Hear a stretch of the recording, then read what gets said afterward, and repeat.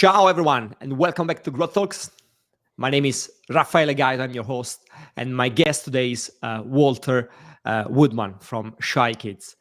So, Walter, how are you? Ciao, moi ragazza bella. Um, I'm good. How are you? Very good, and super excited about this conversation. So, thanks for your time. We usually start here on podcast with a simple one, with a classic. So, what's your story? I mean, Walter's story, but your company as well, Shy Kids story. Totally. So I'm Walter. I'm one of the members in Shy Kids. Uh, our story begins in university in Toronto, Canada. Um, most of us were sort of in film school, and we the way that we met was very peculiar. One day there was a talent show going on, and the people who were performing, their talents were very not good. And I looked to my side and I saw somebody from my class named Patrick that I vaguely kind of knew. And I was like, Patrick, do you have any talents? Because I think if we performed anything, I think we would win. And he's like, I can play guitar. And so I said, oh, well, what song can you play? And he said, Baby Got Back, the Sir Mix-a-Lot classic. And so I coincidentally knew all the words to that one. And so we got up and played the song, and we actually won the talent show. And so that's when we sort of started our friendship, and that's when we started to just jam together, and then we would start to add our other friends, and we would start to make music. And really, that's what our plan was to be a band. We had made albums and all this kind of stuff. And it was in our last year at university that we made a short film called Noah. And Noah was one of the first films that was set entirely on a computer screen. And so that year it won TIFF, and it won all of these awards, and it was premiered online and millions of people got to watch it. And so we were like, well, we can still do music, but maybe we should see if this film thing is like, if it can work out. And so from there, we began sort of making films and working on other people's films and all of this kind of stuff. Essentially, did that for quite a few years. And then most recently, we had a film called Airhead premiere, which that was another interesting story. You can cut me off.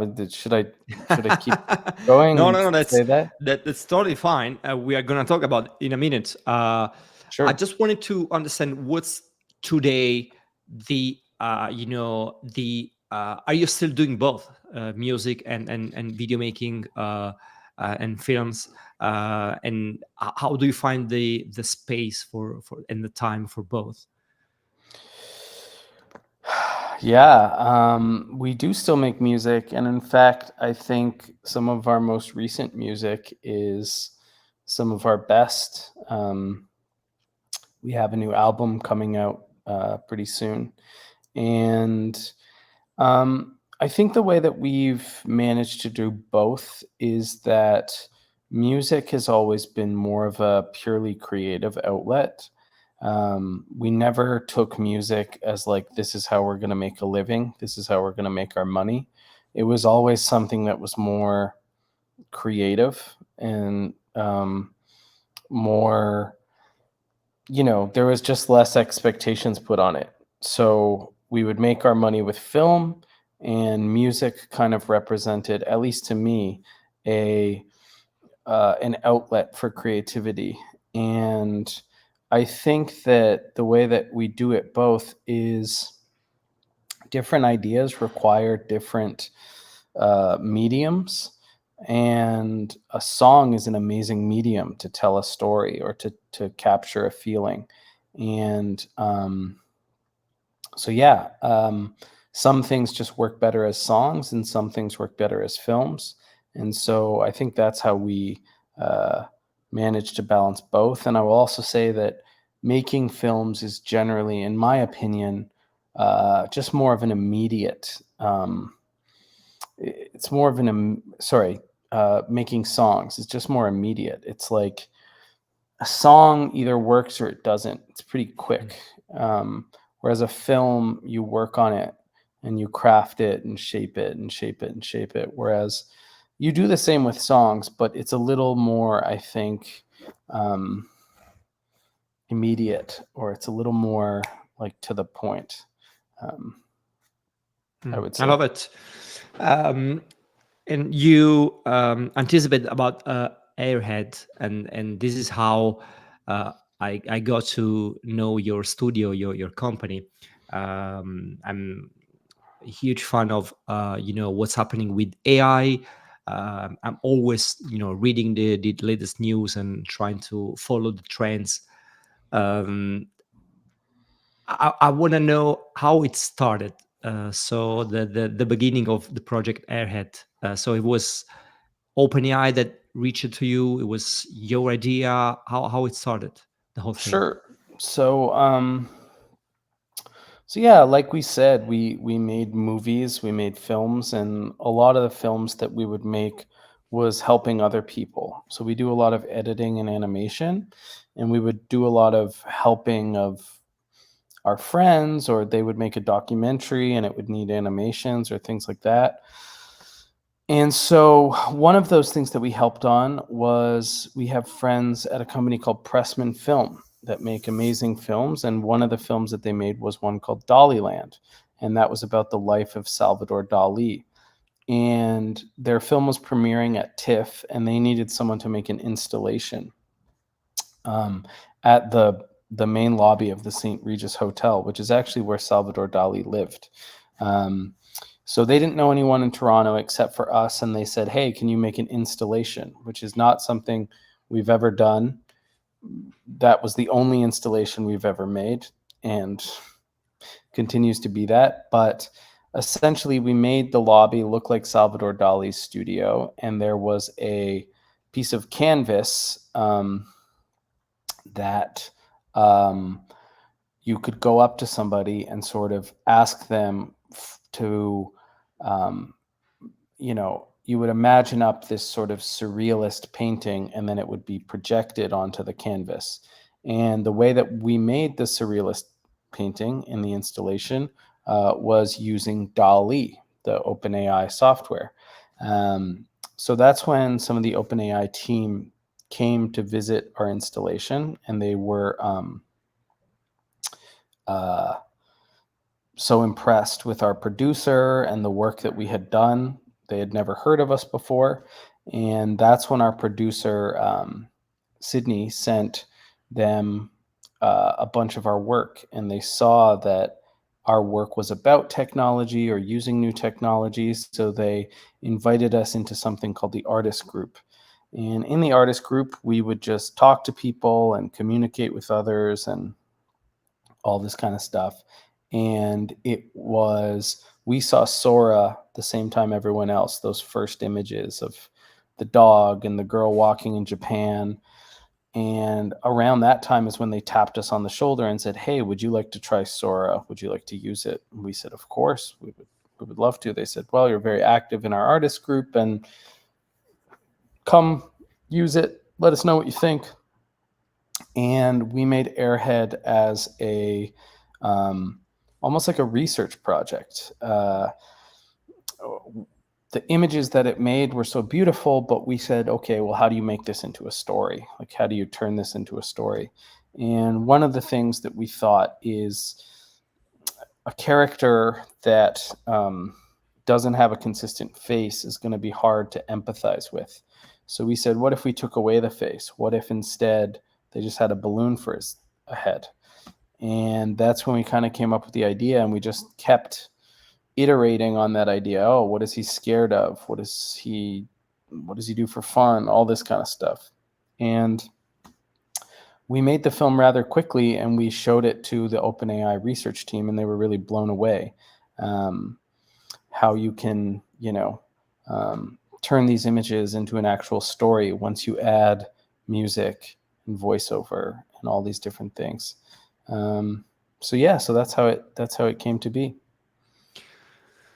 This is super fascinating. I have the OpenAI blog here on my laptop, and there is this sentence.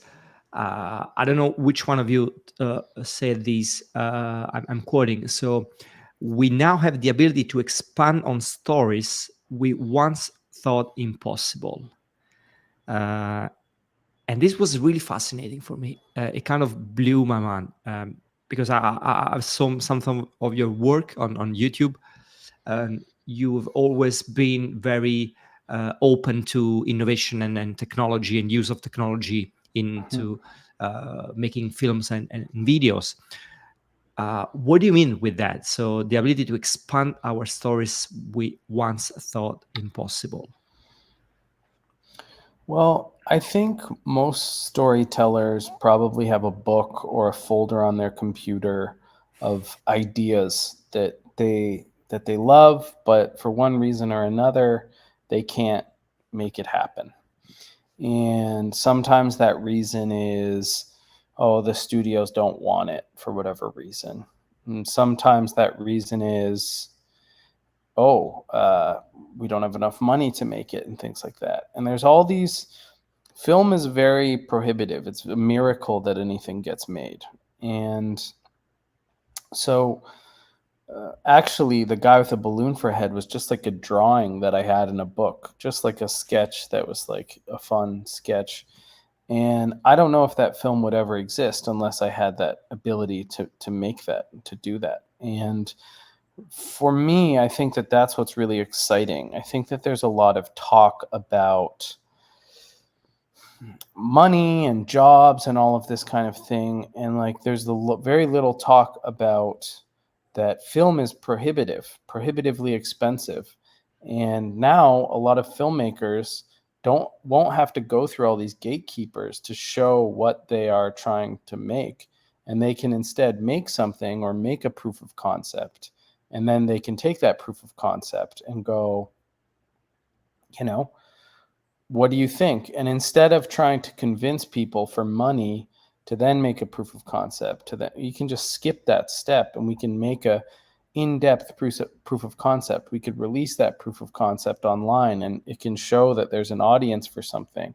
And so I think that's one element of it, is just things that would have never existed can now exist. That's like one part. I think the other part is, I think as filmmakers, you're always trying to like overcome your limitations. We're a very small studio from Toronto, but we pack a mighty punch with the innovative ways we use technology, or anything, like the innovative ways we look at things. And so I think that um, I think that what will be really exciting is not trying to like create reality with AI, but to create a new sort of, Mm. I don't know, abstract reality or like hyper reality or something like that. And I'm not exactly sure what that means. I know for us, it meant a guy with a balloon for his head. But yeah, that's just what's exciting to me, is that I think before, a lot of the times when you're a filmmaker, you have to think within your limitations. You have to go, well, I know someone with an old house, so maybe we'll make a movie about an old spooky house or something. And my hope is now that people's ideas, even people on the, smaller scale, their ideas don't have to be limited by what they have access to. I mean, that's still always going to be the case. You're still always going to have to work within your limitations. And I don't think limitations are a bad thing. But I just think that, like always, like I was just talking with someone the other day, how Sean Baker won Cannes. And Sean Baker started with a film that he shot on an iPhone. And so I feel as though these types of creatives are going to, as they always do, see ways to use the technology in sort of exciting and interesting ways. And That's what really excites me, is like the limitations are just going to be how much you want to put into something, as opposed to more stringent, boring limitations like money and these types of things. It's like having a new tool in your toolbox. Is that right? Totally, yeah. It's certainly a tool to have in your toolbox. It's the same as like people who are really good at After Effects can really help your independent production really good, or someone who's really good at Premiere, or someone who's really good at Photoshop. I think that like having people that understand these things can bring something new to your film. But not for everyone. I think some films don't need that at all. Some people are just amazing with a camera or amazing with lighting, and that's not going to go away. Hmm. But there's just now new ways for people to express themselves, which I'm really um, supportive of and excited about. And yeah, it made our heads feel like balloons, how they were expanding with ideas, you know? Hmm. I want to connect for a moment with something that you just said before. I'm still quoting from OpenAI blog. Um, and there was this sentence here that I loved it. So, as great as Sora is to generating things that appear real, what excited us is its ability to make things that are totally surreal, a new era of abstract expressionism. People from all over the world with stories ready to burst out of their chest finally have the opportunity to show the world what's inside. And this new era of abstract expressionism, um, how do you imagine it? Um, well, I think part of the reason for saying that is like I loved art history when I was going to film school. And, you know, you learn about art through the ages. And um, really, it was the invention of the film camera and the proliferation of the film camera that allowed for abstraction to really take over the art world. Because what happened was, once you could develop film, no longer was it a painter's job to sort of recreate reality. You know, that was their job. It was like you painted a portrait of someone, or you painted a portrait of a place, or a landscape of a place, or whatever. Then the camera came, and then it was like, well, we can do that now. We can do that instantly. You click a button, shutter, boom, you're there. Um, so I think the same is true about film. Like you can conjure up now images, even with Dali or Midjourney or whatever. You can conjure these things up, but then it's sort of like, okay, well, what's the story there? Or like, you know, when you look at Van Gogh, it's like it's not just about the sunflowers. It's not just about a building and a starry night. It's about the way that that building makes you feel. There's something deeper about the than just the object that's in front of you. It's like the object has a soul and it has a feeling. And um, I think that's going to be really interesting, because once you can just um, kind of make whatever you want, I think then the question really becomes, okay, well, why did you pick that thing? Why did you want to paint that or that? Or why did you want to film that or that?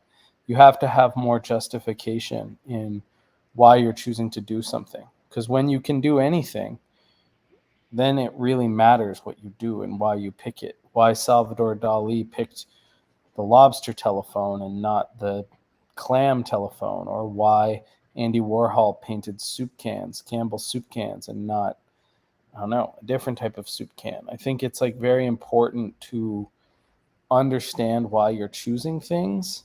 And I think that my hope is that that's what this will make people do more, is think more about their choices. Because I think that as artists, that's our job, is to make informed choices. And yeah, I just think that it allows for us, like, to make new worlds. It's kind of like we don't need to make the world that we already see, that's already there.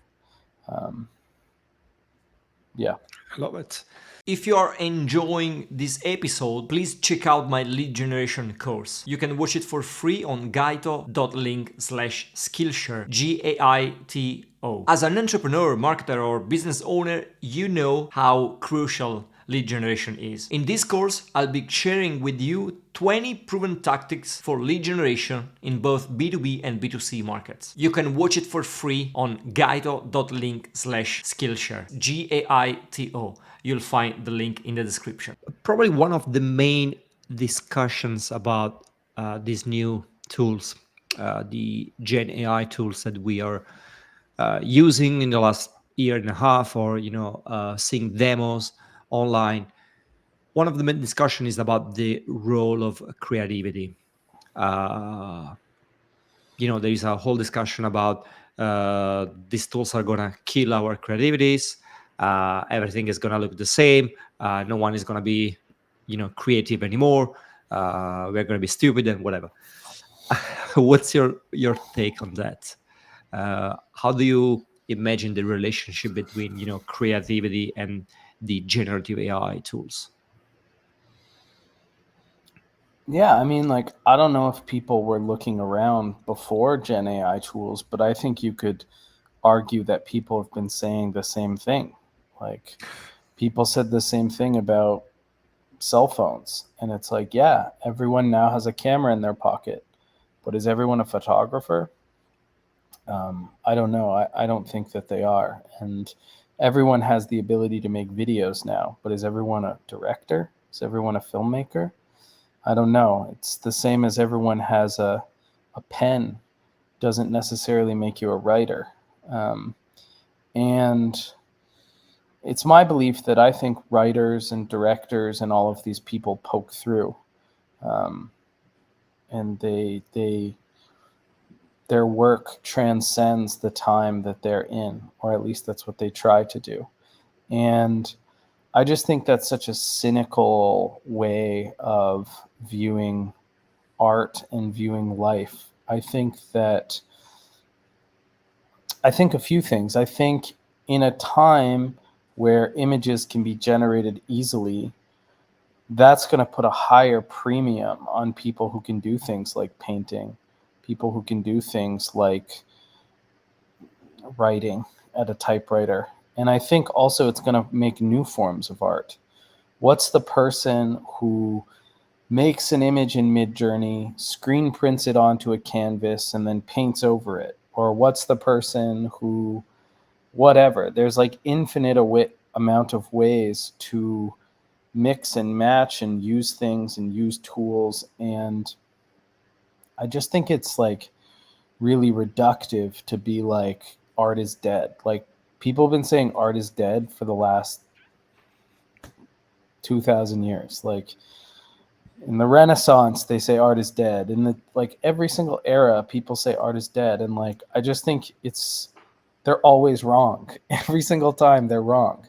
And people said that cinema was going to destroy plays and acting and live theater, and now people are saying that AI is going to destroy cinema. It's like, really? Is that like, I don't think that art is ever meant to destroy. I think art is meant to birth anew. And I also know that in most major metropolitans, you're in London, I bet you if you went to the theater district on a Tuesday night tonight, every single show would be sold out.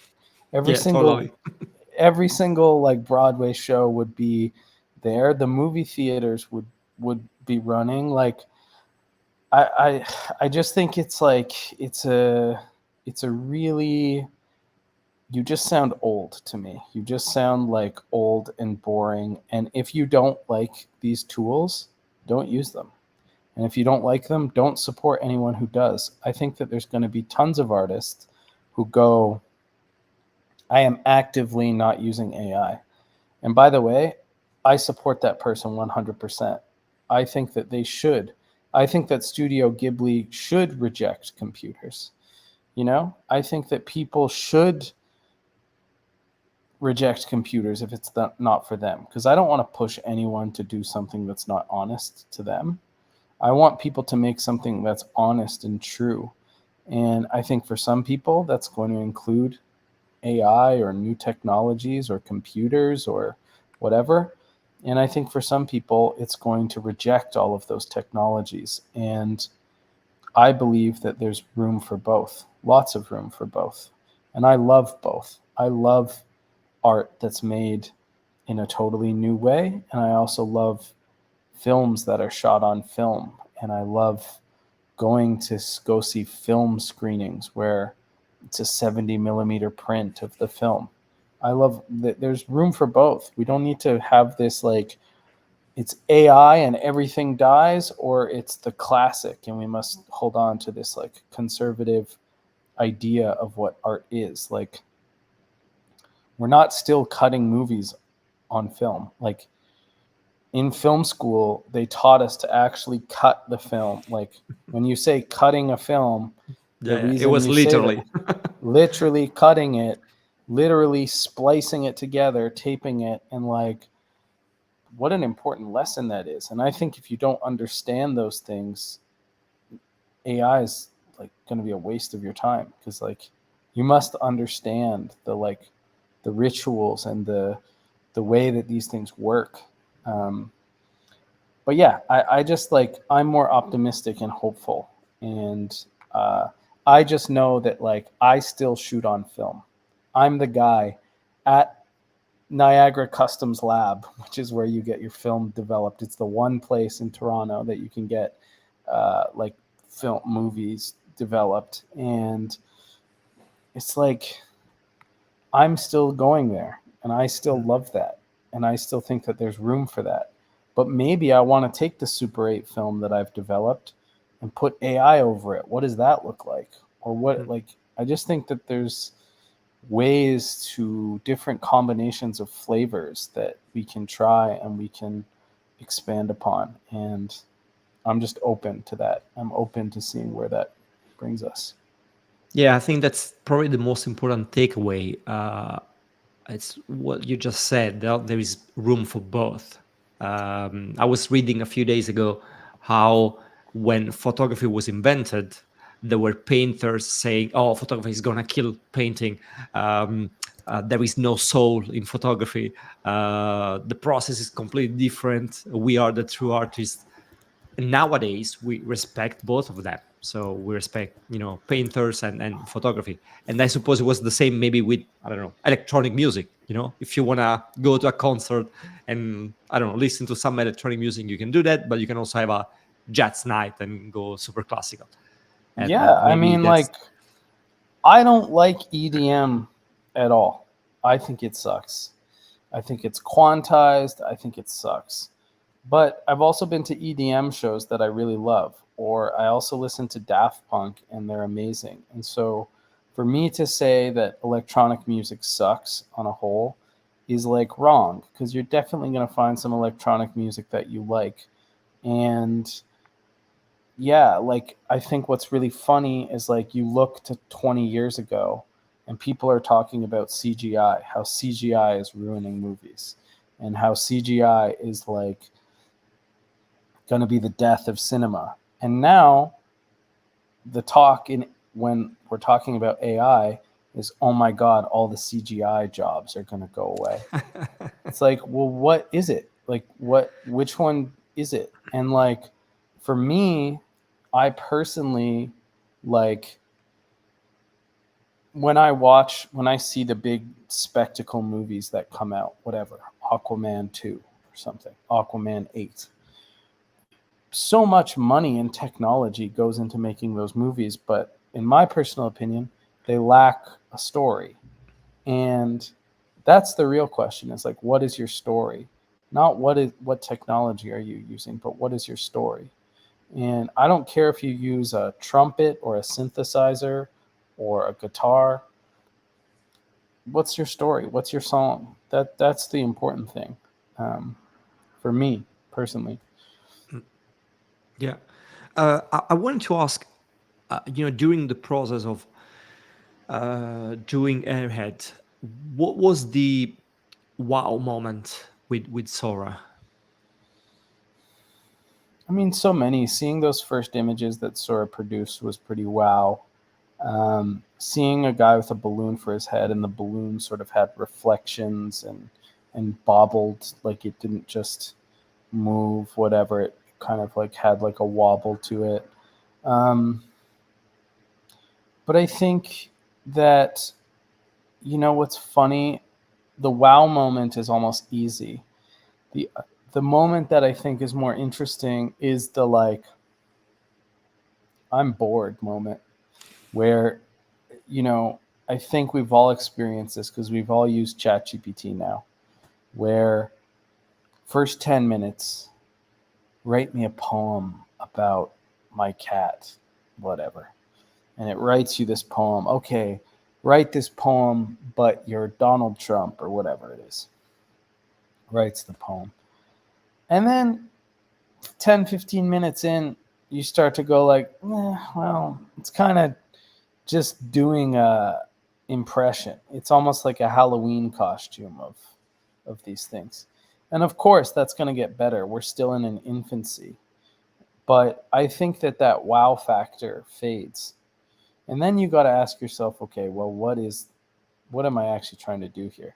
Because if everyone can just say write a poem about whatever, that's not really poetry. The poetry comes from you and comes from your heart and your soul. And you can take things and pick apart things and move things around.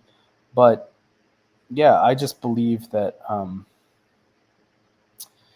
that gets kind of tedious. Like when everyone can do that, it's just kind of boring. It's just kind of like nothing.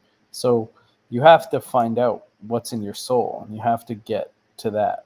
Um, yeah, I think that for me is like, um, I don't know. That's just for me. That moment is kind of more interesting than the wow moment. Is like the moment where you realize, oh yeah, right. This is just something Yeah. that's going to be part of our toolkit that we're going to use, and it's as useful as I want to make it.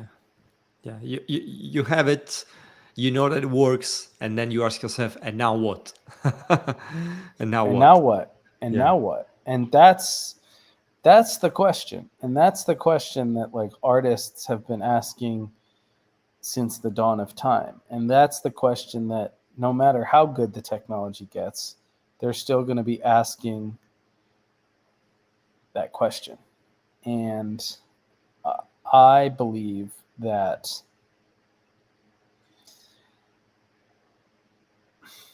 I believe that question is like the real hard thing that no AI is going to ever solve. Did you ask yourself that question once you had Sora in front of you? Yeah, totally. Even more so. I mean, when Airhead comes out and all these people are telling you to kill yourself and that you're the death of art, maybe for a second you start to believe it. You start to go, am I doing the right thing? Does this feel good? Does this feel as good as going out and shooting something or doing something like that? And the answer to that is very obviously yes, and that you can't let other people's opinions of what you're doing like affect your art, because I know how I feel and I know how I approached that project, and that's what matters. And that's the thing that matters. What other people perceive your art, that's like they can do that. That's their opinion. I think the harder thing is you need to be justified in yourself why you're doing things. And of course that question comes to you. It's the same as using ChatGPT. You're like, am I actually writing here? Hmm. And I think that very quickly you realize, like, yes, I have this extremely powerful tool that can do so much, but realistically, it's only when we're in conversation with the technology that anything actually good comes out of it. When it's just you, technology, give me answer, technology give you answer, copy, paste, that's like, that never works. That doesn't feel satisfying, and the art isn't going to be satisfying. Um, So anyone who's thinking like that, that's when I think you have to dig a little bit deeper and Hmm. um, search a little bit harder. Yeah. Uh, a few weeks after, yeah, it was a few weeks after Airhead, you released the second video, Deflated. What was the whole idea behind it? Um,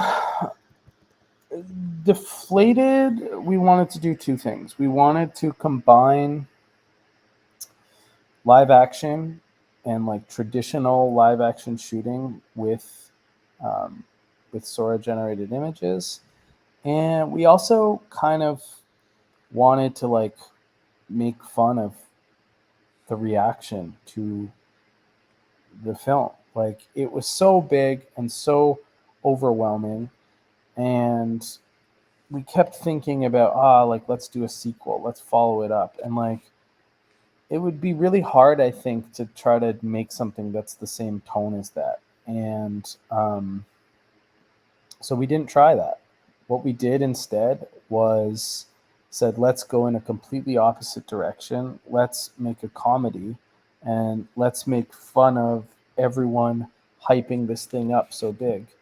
And I think that we were making fun of our character on one level, and on another level, I think we were making fun of the hype in general. It's like, you know, this thing that's expanding and growing so famous and big, and like it's just it's just a lot of hot air, to be honest with you. And yeah, I think that that was the main thing, that we just uh, yeah, we just wanted to kind of make fun of where we were, as well as just try new techniques. And again, the criticisms of the first film were, you didn't shoot anything. This Hmm. is whatever. So we're like, okay, well, let's go shoot something. Like, like that's our way to respond to things. It's like we could argue on Twitter. I don't know Yeah. where that gets anyone. Instead, why don't we just make some more art? And it's funny, the response to Deflated, I kind of feel like we shut up the haters, or maybe it just wasn't as big. Like the first one, there's a lot more hype around something, but um,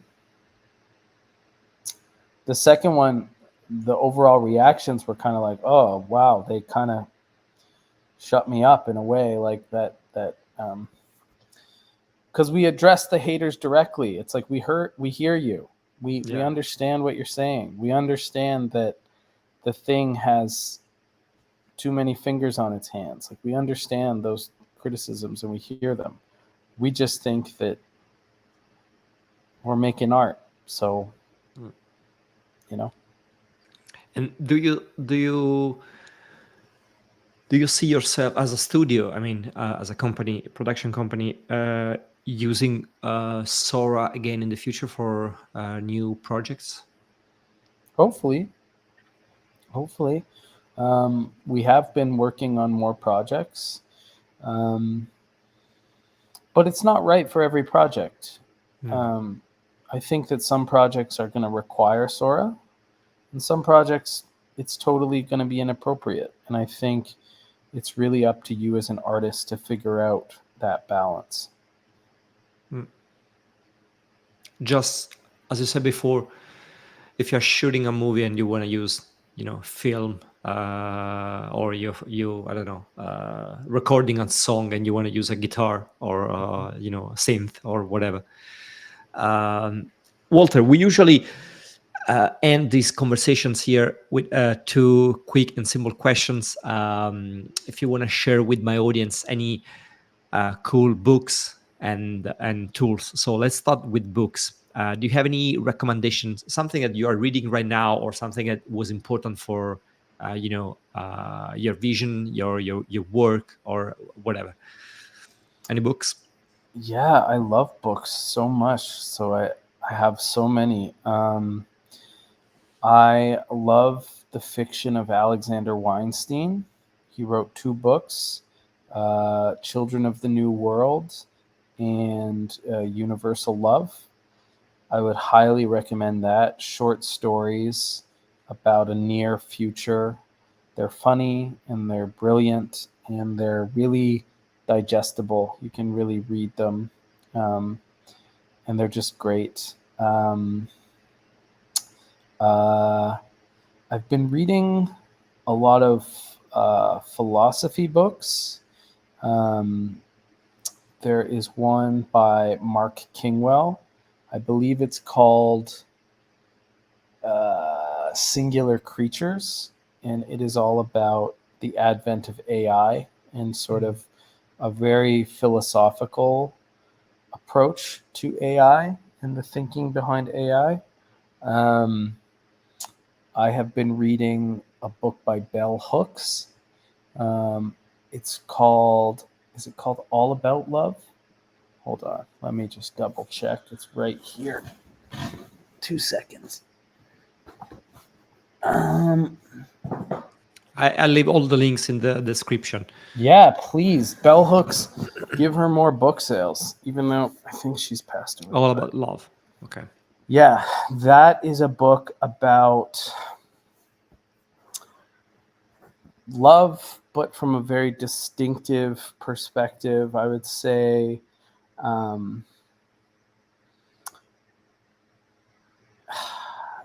Bell Hooks is just an unbelievable writer on the female gaze, on women, on the way that we perceive things like film. And her book on love is just unbelievable. It's so it's unbelievable way to look at the world and think. But yeah, those would be the things that I have read the most, and I would highly suggest all of them. And that's another thing I would highly suggest is people understand philosophy. If you don't understand philosophy, your films will not understand philosophy. So I think you should understand philosophy, or at least try. I can't say I understand all of what Bell Hooks is saying, but I try. Nice. I leave all the links in the description below. What about tools? Do you have any tools that you really love that you use every day that are like very important for your job or your creativity or managing your projects? Yeah, ironically, you would probably think that I would say a an AI tool or something like this, but actually the thing that I find most helpful is notebooks, like a Moleskine notebook. Yeah, I'm super fan. So Oh, yeah, I got mine too. I have a question for you. Do you use lines or no lines? let me show you. No lines. No lines, no rules, baby. Fuck the lines. No rules. No rules. Yeah, I hate the lines as well. It's like it's so like my parents get me like a book, and if it has lines, I'm like, I can't do this. This isn't the way it is. But for me, that's the most important tool ever, because I think sometimes when you like focus and write on a computer, it's quite limiting and there's so many distractions. Whereas with a notebook, especially one without lines, you can be really free and you can really draw your ideas and go. And what I've been doing recently is I would then scan my notebook and then put it into ChatGPT or something like that and be like, translate it, like translate this. So that's really fun thing to do, is sort of like brainstorm, not on a computer, very analog. And then if you need to convert it into analog, there's like lots of ways to do that now, which is like really, I think, very helpful for me. Do you do I the love same? this mix of old school stuff and AI. I love it. Yeah, that's to me the true future, is like if everything's all AI, I think that's going to be kind of like not good. But when you can write your notes in a notebook and feel the ink on the pen, and then convert that into a spreadsheet or a Google Doc Mm. or whatever. I think that's going to be a really, Yeah, that excites me a lot. yeah. Walter, do you want to share with us any links where they can follow you, see your stuff, your work? Um, I will leave all the links in the description. Yeah, we have a YouTube channel. That's where we put a lot of our films up. We have an Instagram that we use somewhat regularly. We have a TikTok that basically we just use to send weird videos to our friends. But sometimes we post stuff on there. We have a Twitter. And we have our own website, shy-kids.com, which most of our work um, should be up there. We try to update it as regularly as possible. But I would say Instagram is definitely probably our most active social media, and DM us if you have any more questions, like Raphael did, and we'd be happy to talk to you. We need more Nice, friends. nice, loved it. Walter, thank you very much for your time. This was great. I loved it. Oh, thank you, man. It's so nice to talk to you, and um, great questions. I love people asking about books. No one asks about that. So, what are you reading? Wow, this is fortunately this is in Italian. Is one of my favorite artists, What's it called? Zero Calcare. Okay. He has two amazing show on Netflix that are translated in English as well. So if you want to What see are they some of called? his work, I know the Italian name, not the English name. But if you Say it. search for Zero Calcare, the best one is Strappare lungo I bordi. Uh, and I'm reading this one now. I'm also reading the third part of the trilogy of Three Body Problems. I don't know if Mm, you watched the TV show on Netflix. mm. I watched the first season and then I went directly to the books. So now I'm reading the last one. Wow. And someone just gave me this one yesterday, so I'm gonna start this one in a few days. Digital Mm. Body Language. Do you like graphic novels? Yeah. If you like graphic novels, there's a guy, maybe you've heard of him. His name is Nick Dranasso. Have you heard Mm-hmm. of this guy? Nope. Uh, I will Google it. he did he did a few different books. There's one called Beverly, which was okay. There's one called Sabrina, which was unbelievable. I think it was nominated for a Pulitzer Prize. Wow. And then there's one called Acting Class, which is his most recent, which I heard that Ari Aster bought the rights to turn it into a film. So Nice. if you like Ari Aster and that kind of filmmaking, maybe that book is something you might like. Graphic novel, really interesting, kind of, I don't want to say boring art style, but kind of this like very plain Yeah.